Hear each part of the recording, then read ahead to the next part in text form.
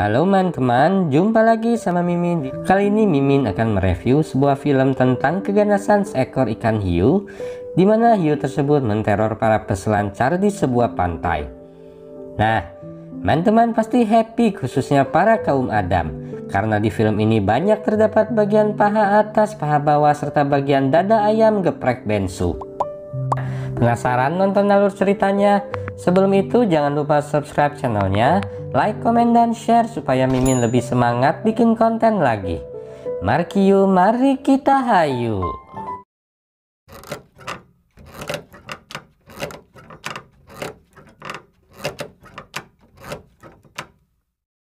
Film diawali dengan memperlihatkan seorang gadis bernama Nancy yang terlihat sedang berada di sebuah hutan dalam sebuah mobil, ditemani seorang pria yang memiliki brewok seperti Lorenzo Lamas. Nah, karena mirip brewoknya, kita sepakati saja mas-mas ini kita sebut AA Renegade. Karena AA Renegade itu bukan supir biasa, tentu mereka pun saling ngobrol satsama. Apa Anda tahu apa itu satsama? Satsama adalah satu sama lain. Lanjut ke cerita. Dari perbincangan itu diketahui bahwa Nancy adalah seorang mahasiswi kedokteran asal Amerika yang sedang berlibur ke Meksiko, di mana dia lalu mendapat informasi keberadaan sebuah pantai yang sangat cucok rawa untuk berselancar. Sementara AA Renegade adalah penduduk lokal di sebuah desa yang letaknya tidak jauh dari pantai tujuan Nancy. AA Renegade pun berkata bahwa tidak ada banyak orang asing yang tahu mengenai pantai ini karena lokasinya yang nyumput dan sangat terpencil. Mereka pun akhirnya tiba di pantai tanpa nama tersebut. Nancy seketika takjub melihat pemandangan di pantai itu.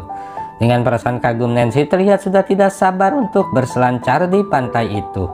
Dia juga berterima kasih kepada AA Renegade yang telah memberinya tumpangan lalu memberinya uang yang kemudian ditolak oleh si AA Renegade. Sungguh budiman AA Brewok ini. Kalau Mimin jadi dia mah lumayan Mimin sikat untuk tambah-tambah bayar utang di warung Alfamart. Lalu seperti khawatir AA Renegade bertanya kepada Nancy, "Ari anjeun engke bade uwih menggunakan apa?" Nancy lalu berkata, "Ya mungkin naik ojek online." Lantas AA Renegade pun pulang. Sebelum berselancar, Nancy terlihat menyiapkan selancarnya, lalu menggunakan sunblock supaya kulitnya tidak tutung. Setelah menggunakan pakaian selancar, Nancy pun langsung ngegas terjun ke dalam laut menembus ombak-ombak deras. Di tengah laut, Nancy bertemu dua orang peselancar cowok yang berasal dari Spanyol. Mereka pun sempat mengobrol basa-basi sambil teriak. Lalu Nancy menanyakan kepada turis itu tentang hal apa yang harus diwaspadai di pantai ini. Lalu turis itu menjelaskan bahwa di pantai ini ada sebuah batu karang yang dimana nanti saat pantai surut, batu karang tersebut akan terlihat menjadi sebuah pulau kecil, dan di sekitar batu karang tersebut juga terdapat koral laut berjenis koral api yang dapat menyengat seperti ubur-ubur. Singkat cerita, mereka bertiga kemudian berselancar bareng sampai sore. Lalu Nancy beristirahat sejenak di pinggir pantai sambil mengisi perutnya. Tak lama, Nancy kembali menyemplung ke dalam laut untuk berselancar. Saat bergerak ke tengah laut, terlihat dua turis asal Spanyol tadi justru mengajak Nancy untuk kembali ke daratan dan menyudahi selancarnya karena hari sudah menjelang malam. Tapi Nancy menolak dan mengatakan kalau dia masih ingin berselancar satu kali lagi. Akhirnya kedua turis itu pun berkata, "Mang, hayu saya duluan." Dan Nancy membalas dengan mengatakan, "Mangga AA."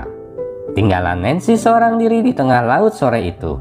Dan dimulai dari detik ini sebuah musibah besar akan segera mendatangi Nancy. Nancy lalu ngojai menggunakan papan selancarnya. Tiba-tiba Nancy direwaskan oleh sekelompok lumba-lumba yang leluncatan di hadapannya. Nancy lalu mengikuti pergerakan lumba-lumba tersebut. Saat tiba di tengah laut, di sana dia melihat sebuah benda yang mengambang dikerubungi oleh para manuk. Lalu dia menghampiri benda tersebut dan ternyata itu adalah bangkai seekor ikan paus. Tiba-tiba burung pemakai bangkai berterbangan menjauhi bangkai paus tersebut. Sebuah pertanda mara bahaya yang akan segera datang. Lantas ombak besar yang ditunggu-tunggu Nancy pun datang. Nancy bersiap-siap memasang kuda-kuda di selancarnya.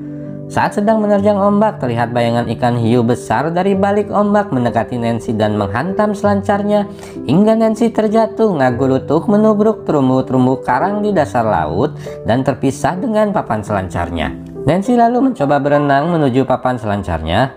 Tiba-tiba Nancy ditarik ke dalam laut. Ternyata seekor hiu besar yang ganas menggigit kakinya, lantas seketika air laut sekitar Nancy pun berubah menjadi merah. Nancy segera berusaha berenang kembali ke permukaan.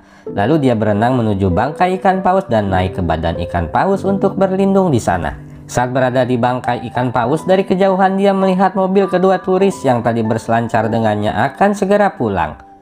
Nancy ngejorowok sekeras mungkin, namun apa daya kedua turis tersebut tidak mendengarnya dan ngaleos meninggalkan pantai. Saat sedang di atas tubuh bangkai paus, tiba-tiba bangkai itu ooyagan membuat Nancy hampir terpeleset jatuh ke dalam laut. Rupanya ikan hiu tersebut masih ingin icip-icip tubuh seksoi Nancy. Terlihat dia menabrak-nabrak tubuhnya ke bangkai paus tersebut. Sadar akan hal itu, Nancy langsung berpikir mencari tempat perlindungan yang lebih aman. Ada dua pilihan, yaitu bebatuan karang atau sebuah alat pendeteksi tsunami. Nancy merasa hiu ini akan terus mencoba menyerang dia.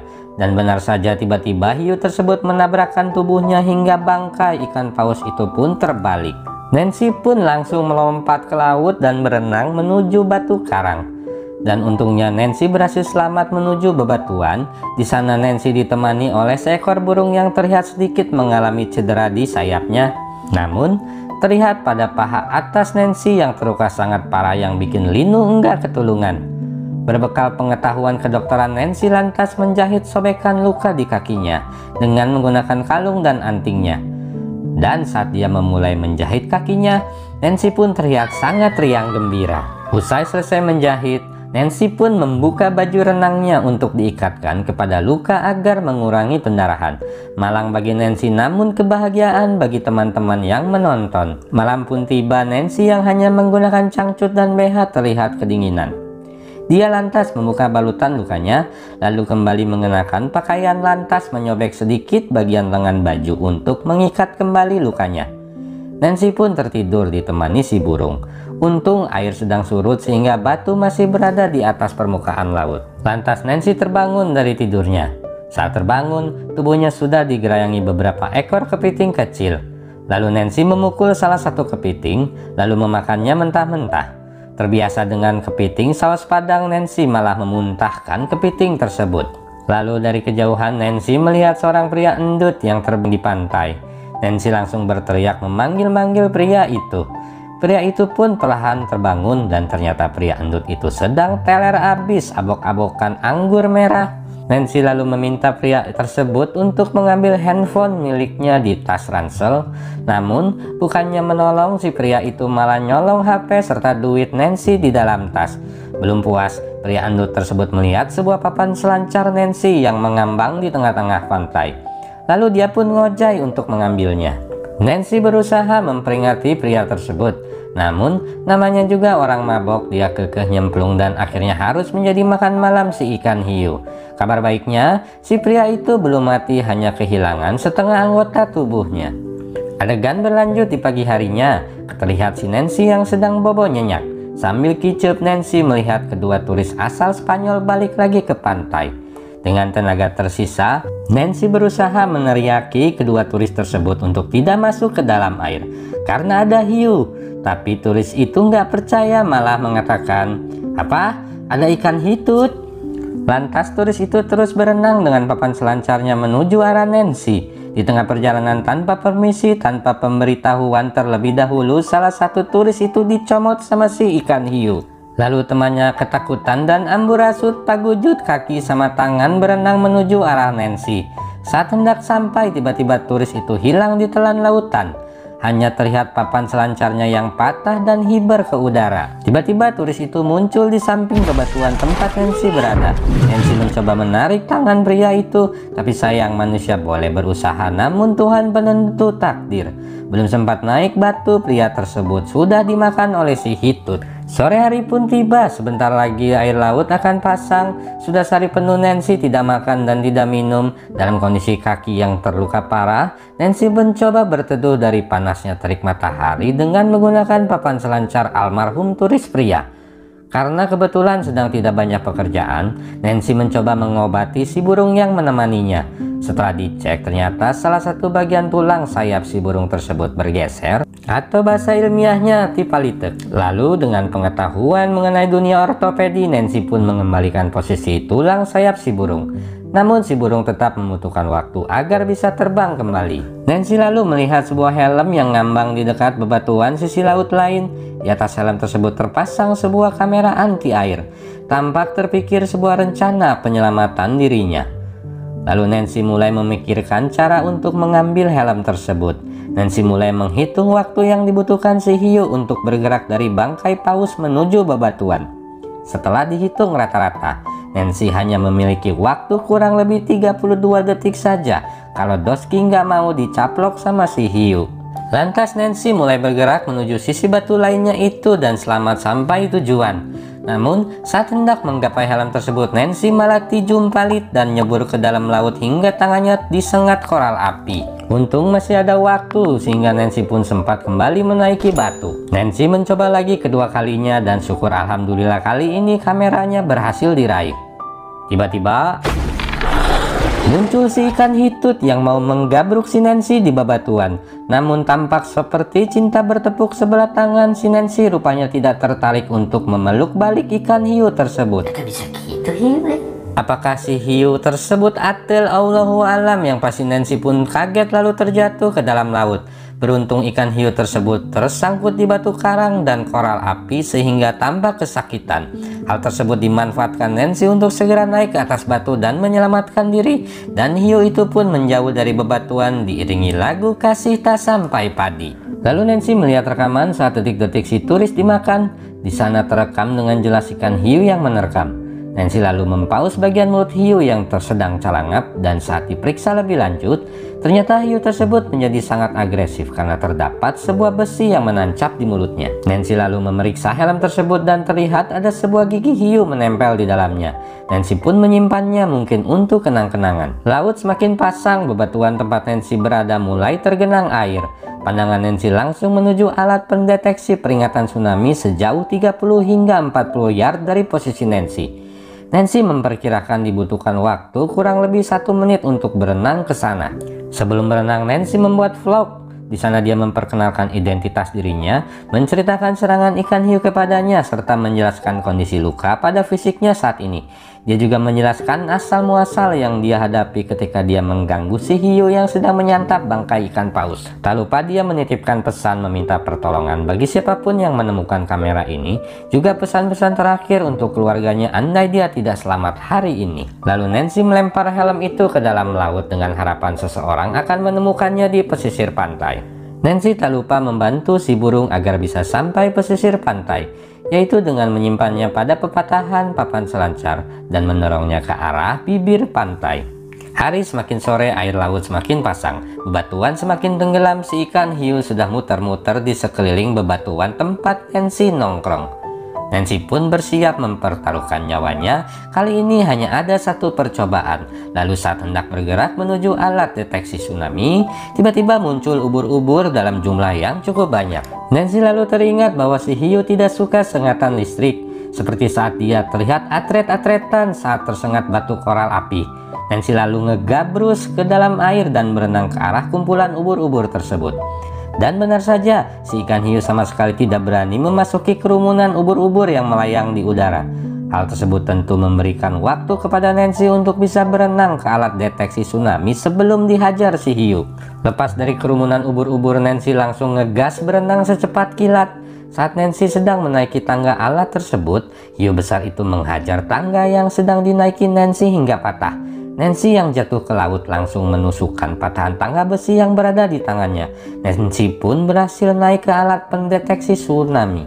Sebentar, Mimin sebenarnya nggak tahu ini teh alat apa, tapi nebak-nebak aja. Karena kepanjangan, Mimin sebut aja alat ya, karena paciweuh euy sungut. Tak lama kemudian Nancy melihat sebuah kapal yang sedang melintas tak jauh dari posisinya berada. Nancy langsung naik ke atas alat tersebut, lalu dia mencongkel sebuah box dengan gigi hiu yang tadi dia simpan. Terlihat sebuah pistol penembak suar di dalam kotak tersebut. Namun apes, peluru tersebut jatuh ke dalam laut. Lalu Nancy mengambil peluru tersebut, mengisinya dan menembakkan suar tersebut ke atas. Namun sayang, pistol tersebut tidak berfungsi dengan baik karena pelurunya dalam keadaan basah. Tembakannya tidak terlalu tinggi sehingga tidak terlihat oleh awak kapal dari kapal persiar tersebut. Dan pupuslah harapan Nancy, kapal di hadapannya pergi begitu saja tanpa mengucapkan Assalamualaikum. Nancy pun terkulai lemas, semangatnya sudah habis seiring dengan tenaganya yang makin terkikis. Nancy merasa terjatuh dan tak bisa bangkit lagi. Nancy merasa tenggelam dalam lautan luka dalam. Nancy merasa tersesat dan tak tahu arah jalan pulang, karena lotek tanpa kerupuk adalah butiran debu. Adegan berpindah ke pesisir pantai di mana terlihat seorang bocil sedang bermain bola di sana. Lalu bocah itu melihat helm yang terdampar di pesisir pantai. Lalu dia mengambilnya, memutar kamera videonya, lantas terlihatlah rekaman video yang tadi dibuat Nancy. Tanpa babi bu, bocil itu lompat asruk-asrukan entah kemana. Kembali ke Nancy yang sedang ngahulang, tiba-tiba disadarkan saat alat tempat dia berpijak dihantam oleh si hiu lebay. Semangat juang Nancy pun bangkit kembali. Nancy langsung menembak hiu tersebut dengan pistol suar dan mengenai tubuhnya. Hiu itu terlihat kesakitan dan terlihat nafsu pisan sama si Nancy. Dia langsung loncat ngegabruk mesin tsunami di hadapannya serta menarik alat tersebut dengan gigitannya hingga alat tersebut pun jatuh terbalik ke dalam laut. Dan Nancy pun digejebur ke dalam laut. Memang sungguh aneh kelakuan si hiu ini, dari tadi menyakiti orang, giliran disakiti balik malah pundung dan amuk-amukan. Nancy yang berada di bawah laut pun panik dan berusaha mencari perlindungan di antara celah-celah kerangka besi. Tiba-tiba, lagi-lagi hiu rese itu kembali menghajar rangka besi persembunyian Nancy hingga patah. Dalam keadaan panik, Nancy masih bisa berpikir cepat. Dia melihat sebuah jangkar yang menahan mesin detektor tsunami ini, di mana di sekitarnya terdapat besi-besi tajam dan terlihat rantai yang menghubungkan jangkar dan mesin ini akan putus. Sementara si hiu terus amuk-amukan tepararuguh dan membabi buta menyerang Nancy. Nancy loncat ke dalam laut dan setelah melihat mulut si hiu tersangkut di rangka besi, Nancy lalu membuka kain pembalut lukanya dan mengikatnya kepada rantai jangkar yang akan putus. Dengan sisa-sisa kekuatan terakhir, Nancy menarik rantai yang menempel pada mesin detektor tsunami tersebut hingga lepas. Karena beratnya rantai tersebut, Nancy pun tertarik ke bawah laut dengan kecepatan tinggi saat hendak disambar, namun Nancy berhasil ngepot menghindar. Hiu itu pun masih terus mengejar terus hingga mendekati permukaan dasar laut. Saat Nancy tiba di dasar laut, dia langsung menghindar, menggerakkan tubuhnya ke samping, sementara si hiu itu nggak sempat mengerem dan langsung menabrak tumpukan besi tajam sekitar jangkar. Hiu itu pun tewas tertancap besi-besi tajam di sekujur tubuhnya. Innalillahi wa innalillahi roji'un. Mamam Syah. Adegan lalu beralih kembali ke bocah yang tadi menemukan helm yang tengah berlari sekencang-kencangnya. Dan ternyata bocah itu adalah anak dari si AA Renegade. Lantas, saat si AA Renegade sedang melihat situasi sekitar pantai, si bocil itu melihat Nancy dan berteriak kepada ayahnya. Terlihat Nancy sedang terapung-apung terbawa arus air menuju pantai. AA Renegade langsung menuju laut dan membopong Nancy ke daratan, lalu menyuruh anaknya memanggil pertolongan. Alhamdulillah, Tuhan masih mengizinkan Nancy untuk hidup. Nancy tersadar walau masih dalam keadaan lemas, terlihat air keluar dari mulutnya. Di akhir scene terlihat juga seekor burung yang tadi diselamatkan Nancy berdiri di atas bebatuan. Film berpindah ke adegan 1 tahun kemudian, di mana Nancy terlihat berdiri di pinggir pantai, kali ini dengan ayah dan adiknya.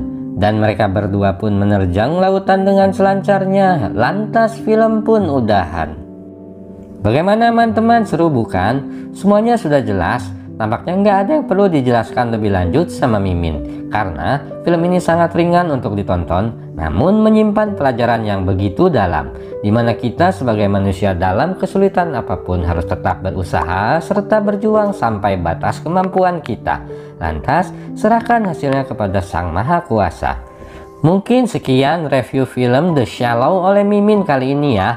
Jangan lupa subscribe, comment, and like, share juga boleh. Akhir kata Mimin ucapkan makasih udah nonton sampai habis.